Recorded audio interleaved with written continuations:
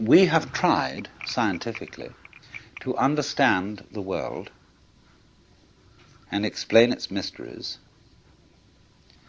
by analyzing the smallest particles of things that exist. Inquiring down, what is this thing we call flesh or call steel or stone? What is it made of? Go down into the midst of it. And that's given us a certain understanding. But only half of the understanding. Equally important is not what is the tiniest particle, but in what context is the tiniest particle. You see? In relation to what is it? Just as the word bark, as I showed you, has different meanings in different sentences, so cells, molecules, atoms have different properties in different contexts. So what the scientist equally needs to study is not simply what is anything when very, very minutely analyzed, but where is it? When is it? That makes all the difference. So do you see that a lot of people who get anxious when they hear that everything is relative have no need to get that anxious. Relativity isn't some kind of slippery morass in which all standards and all directions get lost.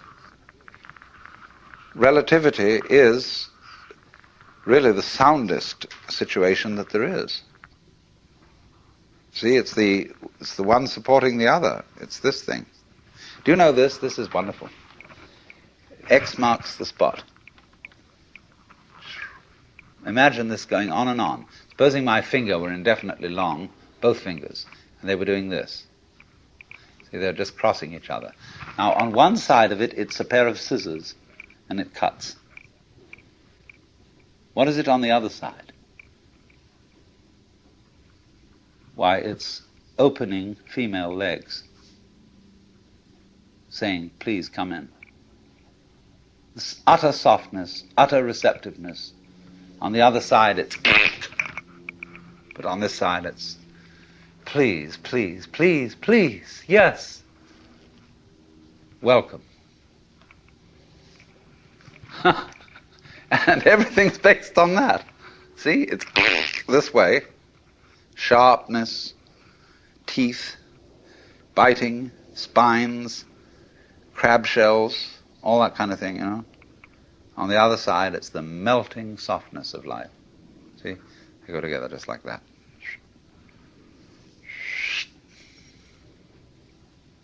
And goodness knows what it is on these outer two sides. I haven't thought about that yet. So, if you see that, if you get that principle, you can feel yourself not sort of just rattling around in the world as a kind of, somebody who's been stuck down there. But you can feel yourself going on in absolutely exact relationship with everything around you. And this is very beautiful. It isn't just that you are here looking at what's out there, like you might be photographing it with your eyes.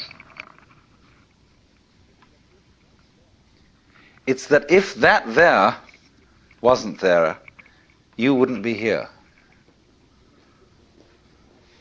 The outside thing that you see and the inside thing that you are poles of the same magnet, or back and front of the same coin, and without one there isn't the other. That means, of course, then, that we are living in the midst of a world of animals, vegetables, minerals, atmospheres, astronomical bodies, that's highly intelligent. Its intelligence concentrated, crystallized in our brains. That's where it comes out, you see. In any field, let's take any field of forces. We take a chemical solution, and at certain critical points in this chemical solution, the crystals start to form. And so in the same way, the total intelligence of this whole universe crystallizes in human brains. Also in other kinds of brains. But that's where it really comes out. But it's the total intelligence of the whole field that does this.